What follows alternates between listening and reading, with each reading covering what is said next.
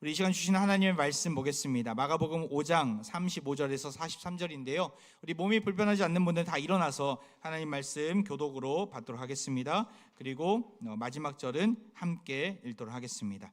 제가 먼저 35절 읽습니다. 아직 예수께서 말씀하실 때 회당장의 집에서 사람들이 와서 회당장에게 이르되 당신의 딸이 죽었나이다. 어찌하여 선생을 더 괴롭게 하나이까? 예수께서 그 하는 말을 곁에서 들으시고 회당장에게 이르시되 두려워하지 말고 믿기만 하라 하시고 베드로가 야고보와 야고보의 형제 요한 외에 아무도 따라옴을 허락하지 아니하시고 회당장의 집에 함께 가사 떠드는 것과 사람들이 울며 심히 통곡함을 보시고 들어가서 그들에게 이르시되 너희가 어찌하여 떠들며 우느냐? 이 아이가 죽은 것이 아니라 잔다 하시니 그들이 비웃더라. 예수께서 그들을 다 보내보신 후에 아이의 부모와 또 자기와 함께한 자들을 데리시고 아이 있는 곳에 들어가사 그 아이의 손을 잡고 이르시되 달리다굼 하시니 번역하면 곧 내가 네게 말하노니 소녀야 일어나라 하심이라. 소녀가 곧 일어나서 걸으니 나이가 12살이라 사람들이 곧 크게 놀라거늘 함께 읽겠습니다. 예수께서 이 일을 아무도 알지 못하게 하라고 그들을 많이 경계하시고 이에 소녀에게 먹을 것을 주라 하시니라. 아멘. 자리에 앉아주시길 바랍니다. 인도에서 내려오는 설화 중에 이러한 이야기가 있습니다. 어떤 마술사가 쥐 한 마리를 관찰하다가 이 쥐가 고양이 앞에서 꼼짝 못하고 너무나 두려워 벌벌 떠는 모습을 보게 되었습니다. 그래서 너무나 불쌍한 나머지 이 마술사가 마술을 부려서 이 쥐를 고양이로 변하게 만들었던 것이죠. 변신한 이 고양이, 변해버린 고양이가 잘 살면 좋겠지만 또다시 두려워하는 거예요. 무엇 앞에서요? 개 앞에서. 큰 강아지 앞에서 너무나 두려워 벌벌 떨면서 이 고양이가 두려워하는 것이죠. 더 불쌍하게 느낀 이 마술사는 다시금 마술을 활용해서 이용해서 그 고양이를 개로 만들어 주었습니다. 이 개가 된 이 쥐가 이제는 두려워하지 않을 것처럼 보였는데 개가 되자마자 또 두려워하는 게 있는 거예요. 바로 호랑이 앞에서 너무나 두려운 것이죠. 이 모습을 보면서 이 마술사가 또 불쌍하게 여긴 나머지 이 개를 호랑이로 만들어 줬습니다. 호랑이면 이제 더 이상 두려워할 존재가 없겠다 생각했는데 역시나 두려워하는 것이죠. 누구 앞에서요? 사냥꾼 앞에서. 사냥꾼 앞에서 그 총뿌리에 너무나 두려워 벌벌 떨고 있는 그 호랑이를 보게 되었습니다. 사냥꾼을 두려워하는 호랑이를 보면서 마술사는 모든 것을 포기하면서 이렇게 말했다고 합니다. 내가 아무리 해보았자 너의 두려움이 끝나지 않는구나. 너는 별 수 없는 쥐새끼구나. 다시 쥐로 돌아가라 해서 다시 원래의 모습인 쥐로 돌아왔다라고 합니다. 이 인도 설화를 들으면서 여러분 무슨 생각이 드십니까? 이것은 무엇을 빗대는 이야기냐면 바로 우리 인간을 빗대는 이야기입니다. 우리 삶 속에서 끊임없이 다양한 두려움 앞에서 우리는 비틀거리며 방황하며 살고 있는 우리의 모습을 보게 됩니다. 우리는 인생길을 걸으며 여러분은 어떠한 두려움 앞에서 나아가고 있습니까? 그 두려움 앞에서 절망과 낙심을 경험하고 있지는 않습니까? 두려움이 다가올 때 우리는 수단과 방법을 가리지 않고 그 두려움을 이겨내려고 극복하고자 노력을 합니다. 오늘 본문에 나온 사람이 그러합니다. 바로 이 회당장 야이로. 또한 우리가 읽진 않았지만 직전에 어떤 본문이 나오냐면 바로 혈루증 앓는 여인이 등장합니다. 제가 보니까 한 5년 전에 누가복음 말씀 동일한 내용을 가지고 말씀을 전했던 적이 있습니다. 좀 다른 시각을 가지고 여러분과 함께 이 말씀을 좀 나누고자 하는데요. 특별히 두려움 가운데 있는 우리 인생 가운데서 우리가 이 두려움을 어떻게 극복할 수 있을까? 이 두려움을 어떻게 이겨낼 수 있을까를 함께 살펴보고자 합니다. 회당장 야이로는 예수님이 오신다는 소문을 듣게 됩니다. 그리고 예수님께 나아가 이렇게 간구하고 있습니다. 23절을 보면 간곡히 구하여 이르되 내 어린 딸이 죽게 되었사오니 오셔서 그 위에 손을 얹으사 그로 구원을 받아 살게 하소서 하거늘. 그의 어린 딸이 죽을 병에 걸렸나 봅니다. 예수님이 오시면 나을 수 있다는 확신을 가지고 예수님께 나아가 살게 해달라고 살려달라고 온 힘을 다해 부탁하고 있는 것이죠. 이 회당장 야이로, 여러분 회당장은 어떤 자입니까? 회당의 장입니다. 장. 회당장은 회당의 책임자이면서 예배를 주관하고 또한 성경을 낭독하거나 기도하고 또한 설교할 사람들을 지명해서 세우게 됩니다. 혹은 자기가 설교할 수도 있고요. 또한 그 회당 안에 있는 물건과 건물과 두루마리 성경을 관리하는 자들을 감독하기도 했습니다.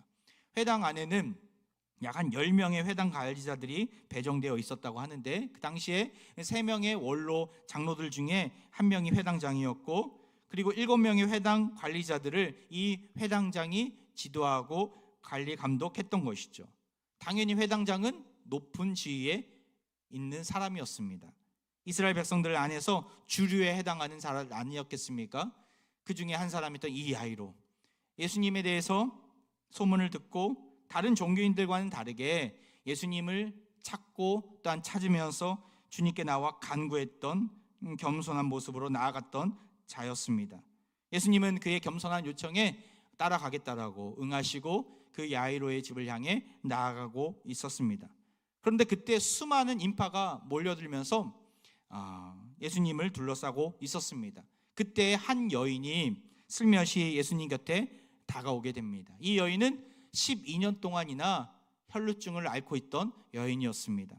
혈루증이 무엇입니까? 하혈을 하는 이 질병인데, 오늘날의 의학 용어로는 기능성 자궁 출혈이라고 말할 수 있습니다.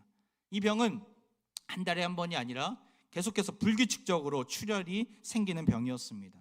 레위기 15장에 보면 이렇게 혈루증에 걸린 여인은 부정한 여인으로 취급받았음을 우리는 보게 됩니다. 불결한 여인으로 취급받으면서 그를 만지는 사람이나 또한 그가 만지는 물건 모두가 다 부정하게 여겨졌던 것이죠. 때문에 이 여인은 사람들로부터 철저하게 배제당하고 외면당하고 격리되어서 자신의 질병을 숨기며 살아갈 수밖에 없던 자였습니다. 예수님이 오신다는 소문을 듣고 그녀도 예수님을 만나고 싶었습니다. 그래서 수없이 많은 그 군중들 사이로 비집고 들어가면서 자신의 질병을 감춘 채 그곳에 예수님을 보고자 했던 것이죠.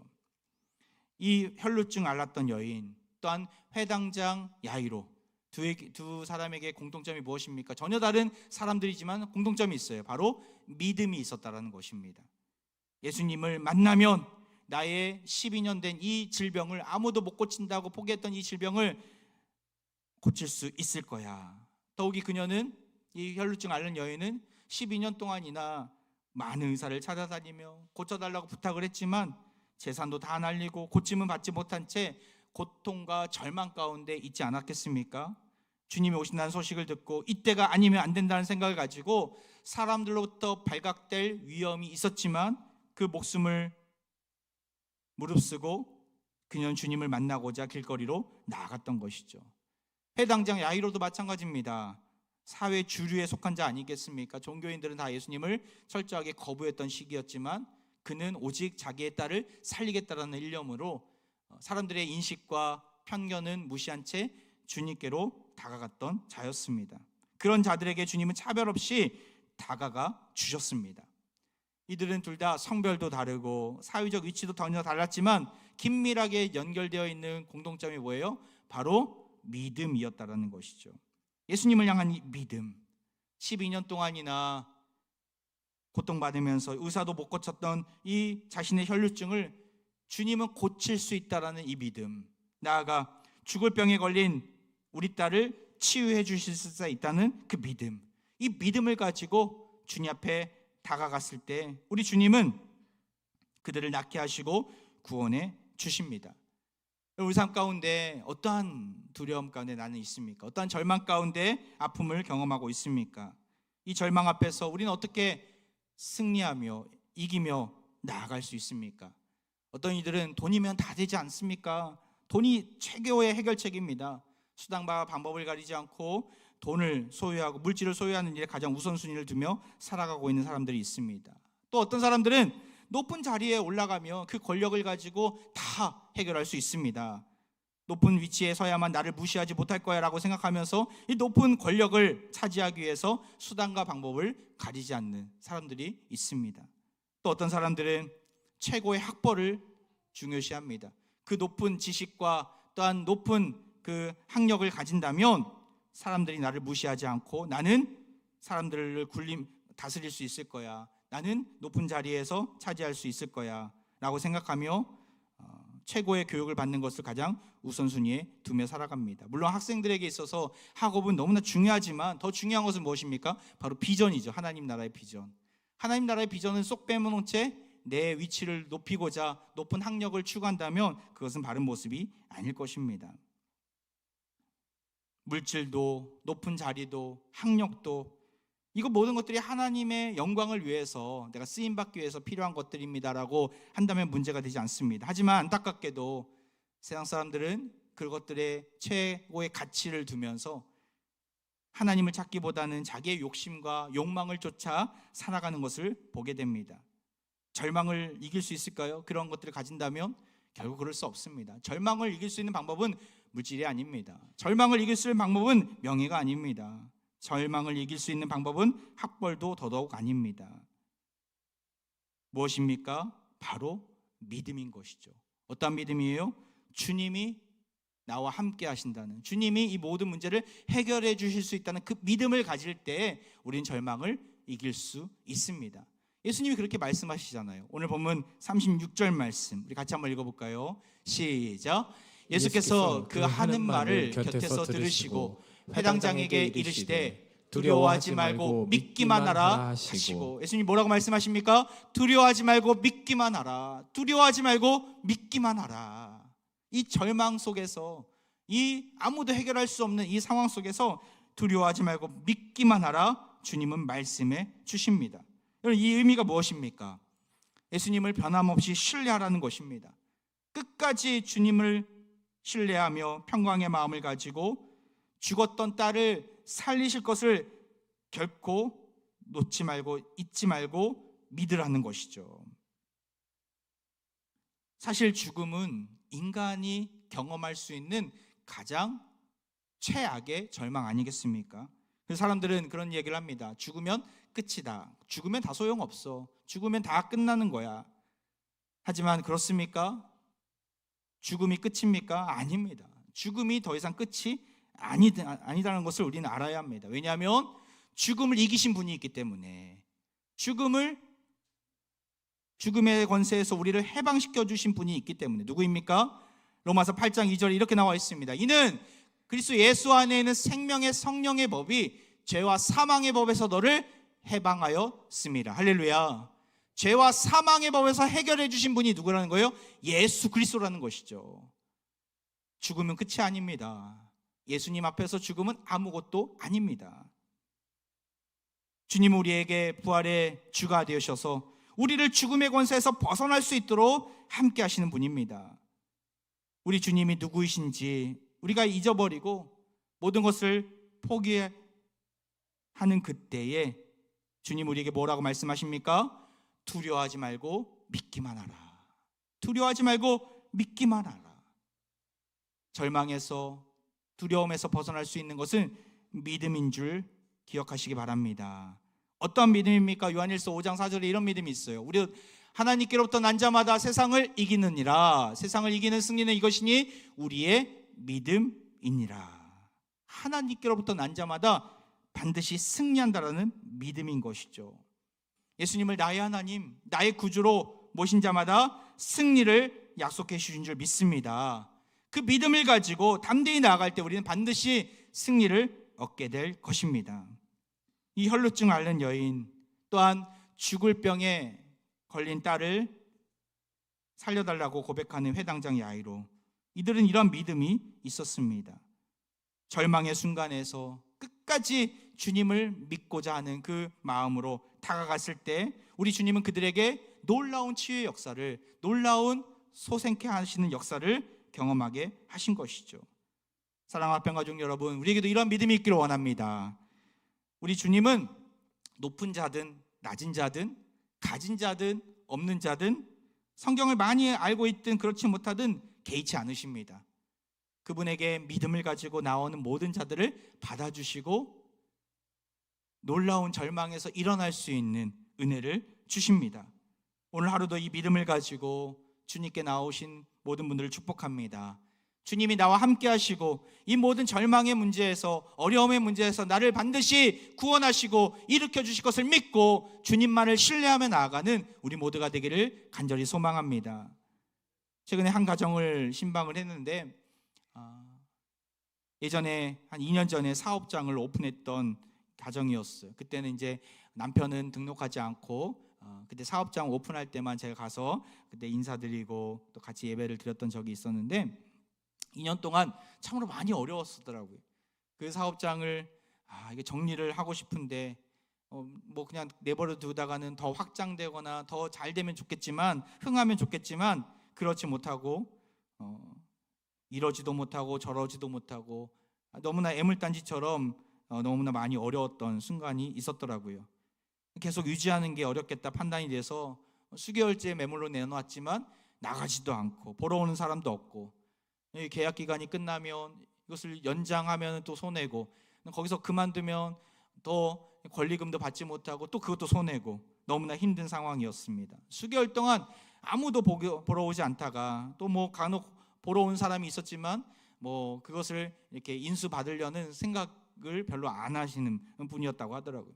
그러다가 그 기간 동안 더 기도했던 것 같아요. 아내가 기도 열심히 하면서 또 하나님 앞에 구하면서 그 사업장을 정리해 달라고 또 하나님 앞에 의탁했던 것이죠. 그러다가 전혀 생각하지 못한 사람이 나타난 거예요. 뭐 그 의뢰했던 부동산이 아니에요. 뭐 어떻게 해서 뭐 인터넷을 보고 왔는지 하여튼 먼 곳에 살았던 분이 갑자기 그곳을 방문하더니 그것을 너무나 마음에 들고 하면서 자기가 생각했던 그 사업을 펼쳐가기에 적합한 장소라 여겼던 나머지 덜컥 계약을 한 거예요. 그리고 감사하게도 데드라인 그 전에 이 사업장을 그분에게 좋은 가격에 넘겨줄 수 있었던 것이죠. 생각하지 못한 이런 일들을 경험하면서 사실은 생각한 만큼 사업장을 잘 운영하지는 못했잖아요. 너무 힘든 순간 아니었겠습니까? 그런데 이러한 일들을 통해서 사업장은 정리가 됐지만 감사하게도 그 성도님의 마음은 더 하나님께 가까이 나아갔던 거예요. 하나님께서 함께 하시는구나. 하나님께서 우리 아내의 기도에 응답해 주셨구나. 이것을 경험하게 나니까 더 적극적으로 신앙생활을 하기로 작정했던 것이죠. 그 뒤로 올해 등록도 하시고 또 하나님의 은혜로 이번 부활절날 세례도 받으시고 너무나 믿음이 이렇게 성장하는 모습을 보면서 얼마나 감사했는지 모릅니다. 사업이 잘 됐습니까? 안 된 거예요. 사업장을 정리했잖아요. 그런데 이 잘 돼서 그 믿음이 성장한 게 아니라 사업장이 잘 정리되는 것을 통해서 하나님의 응답을 경험하고 믿음이 성장하는 그런 은혜를 누리게 된 것이죠. 이 절망의 순간에도 손을 놓고 있지 않으시는 하나님의 그 손길을 그분이 경험한 것이죠. 그러니 더욱더 열심으로 신앙생활을 하게 된 것입니다. 이것을 보면서 이 절망의 시간이 오히려 이 가정에게는 큰 복으로, 구원의 복으로 임하였구나, 주님을 더욱더 깊이 만나는 계기가 되었구나 라는 생각을 하게 되었습니다. 사랑하는 평가정 여러분, 우리 인생 가운데 말 못할 고민 가운데 절망스러운 순간을 마주하고 계십니까? 우리가 이런 순간에서 어떻게 가야 합니까? 세상의 방식대로 아까 얘기했듯이 세상의 수단과 방법을 가리지 않고 그것을 취하려고 노력하고 계십니까? 아니면 그것을 회피하고자 술과 또한 다른 유흥에 빠져 지내시는 분들은 없습니까? 주님 보시기에 온전치 못한 모습이죠. 우리가 가져야 될 모습은 무엇입니까? 그 절망스러운 그 낙심과 두려움 가운데 있는 순간에 우리 누구를 찾아야 합니까? 바로 그 문제를 해결해 주실 수 있는 주님을 찾아야 하는 줄 믿습니다. 주님 앞에서는 죽음마저도 문제가 되지 않기 때문에 그러합니다. 반드시 모든 절망과 슬픔의 순간을 이기게 하시고 회복시켜 주실 분은 우리 예수 그리스도이심을 기억하시기 바랍니다. 오늘 본문은 단순히 한 여자와 한 남자의 이야기가 아닙니다. 이것은 우리에게 해당되는 이야기입니다. 그것을 우리 본문에서 이야기하고 있는데요. 특별히 12년 동안 혈루증 앓는 여인을 완벽하게 치유해 주시는 이야기를 우리가 안다면 41절, 42절도 동일한 관점으로 볼 수 있어야 합니다. 우리 같이 한번 읽어볼까요? 시작. 그 아이의 손을 잡고 이르시되 달리다고 하시니 번역하면 곧 내가 내게 말하노니 소녀야 일어나라 하심이라. 소녀가 곧 일어나서 걸으니 나이가 12살이라.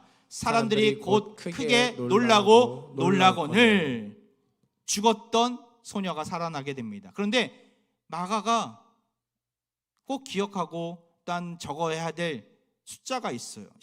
42절을 보면 뭐라고 얘기합니까? 나이가 12살이라. 이 12살, 10이라는 숫자는 너무나 중요한 숫자입니다.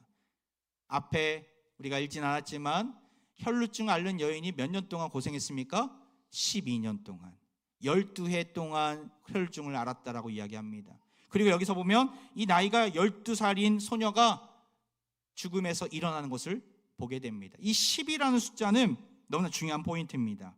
바로 이것을 통해서 드러내고자 하는 메시지가 무엇입니까? 이것은 이스라엘 12지파를 상징하는 이야기인데요, 당시 이스라엘의 상황이 그렇다라는 거예요. 어떤 상황이요? 혈루증 앓는 여인처럼 질병에, 영적인 질병에 걸린 것이죠.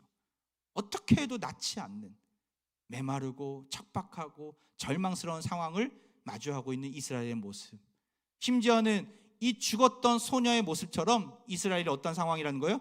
영적으로 죽었다라는 거예요. 영적으로 살아날 가능성이 전혀 없다라는 것이죠. 그런데 누가 다가왔을 때, 누가 그들을 찾아갔을 때, 그들이 누구를 만났을 때 다시 살아나게 됩니까? 바로 예수님을 만났을 때, 예수님을 모셨을 때 그들이 살아났던 것처럼 예수님이 이 땅 가운데 이스라엘을 회복시키기 위해서, 그들을 살리시기 위해서 오셨다라는 것을 지금 본문은 이야기하고 있는 것입니다. 이스라엘이 단순히 유대인만을 이야기하는 것입니까? 아닙니다. 새 이스라엘, 바로 누구입니까? 우리입니다. 교회입니다. 우리를 향해서 주시는 메시지라는 거예요. 바로 예수님을 나의 구주로, 나의 하나님으로 영접한 모든 백성들을 의미하는 것이죠. 다시 말해 두려움과 절망 가운데 있는 주의 백성들이 있습니까? 오늘 본문에서 이야기하는 바가 무엇입니까? 이 10이라는 숫자를 통해서 말씀하시는 메시지가 무엇입니까? 반드시 살려주신다라는 거예요. 반드시 회복시켜 주신다라는 거예요. 그 어떠한 상황과 절망과 아픔이 있더라도, 질병이 있더라도, 심지어는 죽음까지도 우리를 살려주신다라는 것이죠. 믿으십니까? 우리 소망이 있는 자들이에요. 세상 가운데 한 주간 어떤 삶을 사셨습니까? 절망과 아픔뿐인 이 세상 속에서 어떠한 기쁨을 누렸습니까? 기쁠 수 없는 현실을 마주하고 있지 않습니까? 오늘 아침에 제가 살짝 뉴스를 봤는데 한국인들 지금 울분에 가득 차 있다고 하더라고요. 울분, 그 지수가 있더라고요. 울분에 가득 찬 현실을 우리는 마주하고 있습니다. 그럼에도 불구하고 우리가 다시 일어설 수 있는 이유가 무엇입니까? 바로 주님이 함께 하십니다. 믿으십니까? 주님이 나와 함께 하시기에 이 울분이 가득한 이 세상 속에서 다시 일어날 수 있고 회복을 누릴 수 있는 것이죠. 주님은 우리와 함께 하시기에 절망뿐인 이 세상 속에서 우리 강국 가운데 들어 응답하셔서 반드시 길을 열어주시고 우리에게 살 길을 예비해 주십니다. 이 사실을 믿는다면 우리는 주님께 소망을 둘 수 있습니다. 나아가 이 땅의 교회가 세속화되고 세상적인 가치관에 물들어 타락한 모습을 보일지라도 우리 주님은 결코 포기하지 않으신다는 것도 알아야 합니다. 반드시 회복시켜 주신다는 것이죠. 그렇게 우리는 주님께 긍휼을 구하면서, 주님, 병든 이 몸을 고쳐 주옵소서, 병든 우리 마음, 우리 삶, 우리 공동체, 이 나라 민족을 고쳐 주옵소서, 우리 날마다 기도의 자리로 나아가야 합니다. 그럴 때 주님은 반드시 일하실 것입니다. 포기하지 않는 믿음을 가지고 담대히 믿음의 길을 뚜벅뚜벅 걸어가는 우리 모두가 되기를 간절히 축원드립니다. 말씀을 마무리하면서 한 가지 제가 있었던 일을 나누고 싶은데요. 지난 노회 때, 노회 정기회가 4월 우리 부활주일 끝나고 넷째 주에 있었는데요. 그때에 의미 있는 시간이 있었습니다. 사진을 잠깐 보여주시면 노회에서 선교사 파송식이 있었어요. 제가 지난 1년 동안 선교 부장으로 이렇게 섬겼었거든요. 우리 노회는 대한예수교 장로회 합동 측 서울 북노회에 우리 교회가 속해 있는데, 고양시, 파주시 100여 개 교회가 이 노회에 소속이 되어 있습니다. 사실은 노회가 선교사를 파송하는 일은 흔치 않습니다. 그렇게 많은 노예가 있지만 사실은 이게 쉽지 않거든요. 한 교회에서는 빈번하게 일어난 일이지만 노예 안에서는 100여 개 교회가 마음을 모아서 한 사람을 택한다, 한 가정을 택한다라는 것은 정말 쉽지 않습니다. 각기 다른 목소리, 각기 다른 색깔들이 있기 때문에. 근데 제가 선교부장을 맡으면서 저에게 특명이 주어졌어요. 바로 선교사를 잘 선택해서 찾아서 누구를 파송해야 될지, 어느 나라로 파송해야 될지를 잘 정해서 노예원들의 마음을 얻어 파송하라는 특명이 주어졌어요. 근데 쉽겠습니까? 쉽지 않았어요. 기도했죠. 하나님, 누구를 보내야 됩니까? 어느 나라로 보내야 됩니까? 그러다가 이게 사실 노예 안에서는 다양한 그런 이해관계들이 있거든요. 이 안에서 찾기보다는 우리 교단에 소속되어 있는 GMS, 우리 총회 세계 선교회에 교단 선교부에 한번 요청을 해봐야 되겠다. 그래서 거기 총장님께 제가 요청을 하면서 우리 노예에서 선교사를 파송하고 싶은데 선교사님 좀 추천해 달라고 부탁을 드렸어요. 한 가정을 추천해 주셨습니다. 근데 한 가정만 놓고 하기에는 좀 부족함이 있어서 2가정 정도 추천해 주시면 저희가 한번 기도하면서 결정하겠습니다라고 부탁을 드렸어요. 한 가정은 추천을 받았고 또 한 가정을 추천을 받아야 되는데 연락이 안 오는 거예요. 기도했었죠. 하나님께서 원하시는 선교사님 한 분만 더 보내주십시오. 그러다가 기도 편지를 받았습니다. 평소에는 저랑 연락이 없던 한 선교사님이었는데 그분을 어떻게 알았냐면 그 GMS에 갔을 때 그 선교 훈련생들 대상으로 제가 수요 집회 설교를 한 적이 있었는데 그때에 간사로 섬겼던 본부 선교사님이었거든요. 그분이 기도 편지를 보내왔어요. 그래서 제가 한번 보다가 그 맨 밑에 줄에 그런 내용이 있더라고요. 캄보디아로 선교를 나가고 싶은데 파송교회가 없습니다. 파송교회를 잘 찾을 수 있도록 기도해 주십시오. 이 내용이 있는 거예요. 이분은 어떤 분인가? 평소에 그냥 인사만 했던 분인데, 그래서 GMS 쪽에 그 총장님께 여쭤보니까 좋은 분이라고, 그분도 추천의 대상에 들어가면 될 것 같다고 그렇게 연락을 받아서 이 2분을 놓고 기도하면서 결정을 하게 되었어요. 결국에는 궁극적으로는 이제 노예 파송 선교사로 이 캄보디아 김진규 선교사님을 택하게 되었습니다. 아까 우리가 보았던 사진에 나온 분들입니다. 근데 이것이 그냥 제가 택한다고 하는 게 아니라 절차들이 많은 거예요. 노예 안에서 그 안에 면접도 보고 서류 전형도 보고 또 면접이 한 두세 군데 있었던 것 같아요. 면접도 보고 또 끝나는 게 아니라 이제 지난 가을 노예 때 작년에 전체 노예원들에게 이제 허락을 받아야 되는 거예요. 뭐 투표까지도 일어날 수 있는 거예요. 근데 감사하게도 제가 그분에 대해서 간단한 브리핑을 드리고 우리 임원단에서 다 허락한 분이니까, 보증된 분이니까 노예원들이 허락을 해주시면 우리가 파송 준비를 하겠습니다. 감사하게도 다 허락을 해주신 거예요. 그리고 6개월 동안 준비 기간을 거쳐서 이번 봄노예 때 이 귀한 가정을 파송식을 하게 되었습니다. 이번 다다음 주 이제 5월 20일 날 출국하시게 되는데, 저만 기도하고 또 저만 한 게 아니라 많은 분들이 기도하셨더라고요. 무엇보다도 김진기 선교사님도 지난 2년 동안 본부 선교사로 있으면서 파송교회를 그렇게 찾았는데 없었던 거예요. 본인도 기도하면서 여기서 포기해야 되는가, 여기서 끝나는 건가, 그냥 다른 길을 알아봐야 되는가, 이런 고민들을 많이 하다가 제가 먼저 연락을 하게 되고, 이것들이 일사천리로 이렇게 진행되는 모습을 보면서 물론 한 6개월, 1년 동안의 준비 기간이 있었지만 또 하나님의 은혜구나, 하나님의 뜻이 여기 있구나 라는 생각을 하면서 묵묵히 기다리다가 이렇게 매칭이 되어서 이번에 파송하게 된 것이죠.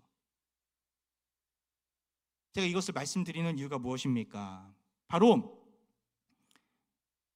하나님의 특별한 섭리가 그 선교사님과 또 우리 노예 가운데 있었구나.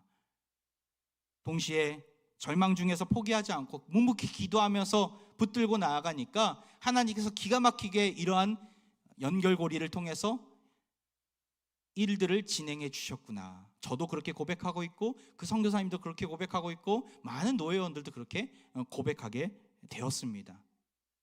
종교개혁가 마틴 루터가 이런 말을 남겼습니다.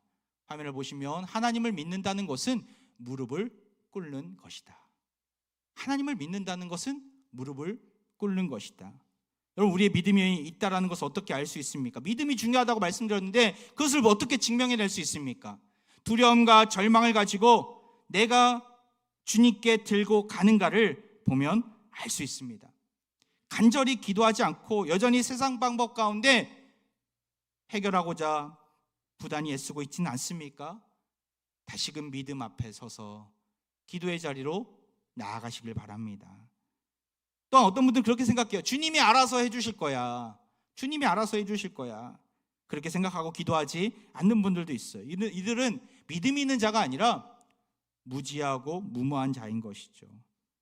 물론 하나님은 우리의 절망스러운 상황을 누구보다도 잘 알고 계십니다. 하지만 동시에 우리의 자세, 우리의 태도를 보고 계십니다.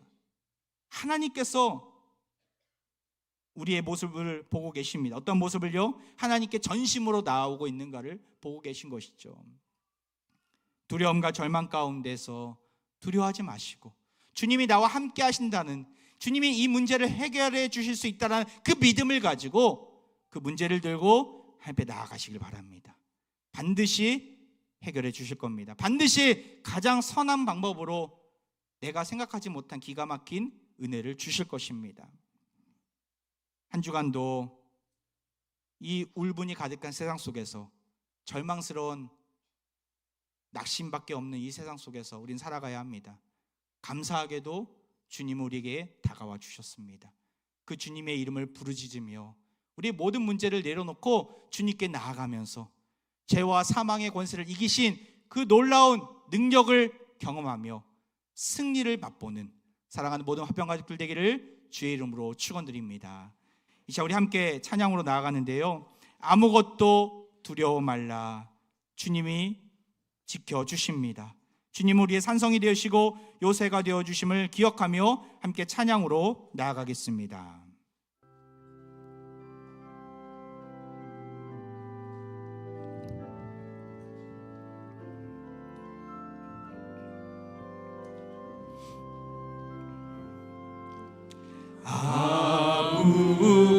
아무것도 두려워 말라, 주 나의 하나님이 지켜주시네. 놀라지 마라, 겁내지 마라, 주님 나를 지켜주시네. 다시 한번 고백합니다. 아무것도 두려워 말라, 아무것도 두려워 말라, 주 나의 하나님이 지켜주시네. 놀라지 마라, 겁내지 마라, 주님 나를 지켜주시네. 내 맘에 힘에 겨워, 내 맘이 힘에 겨워 지칠지라도 주님 나를 지켜주시네.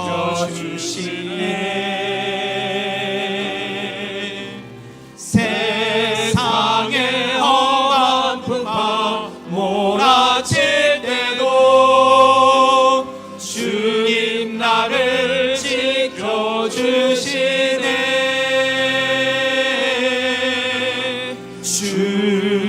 주님은 나의 산성, 주님은 나의 요새, 주님은 나의 소망,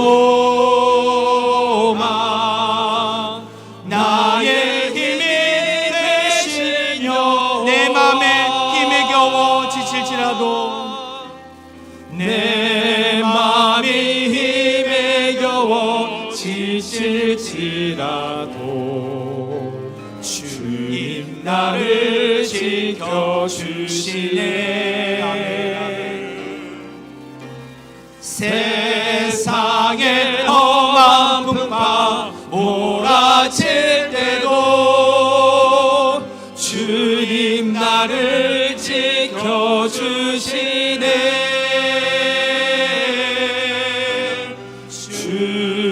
주님은 나의 산성, 주님은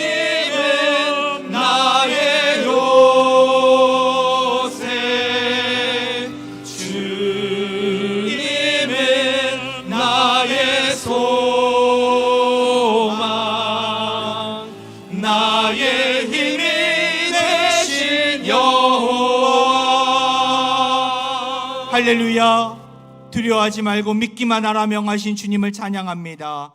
두려움과 절망과 울분이 가득한 이 현실이지만 오늘도 말씀을 통해 다시금 우리를 살려주심에 감사드립니다. 절망스러운 현실 앞에서 낙심과 좌절의 자리에서 넘어졌던 우리의 연약한 모습을 주여 긍휼히 여겨 주옵소서. 다시금 일어나 회복되기를 원하오니 우리를 새롭게 하여 주옵소서.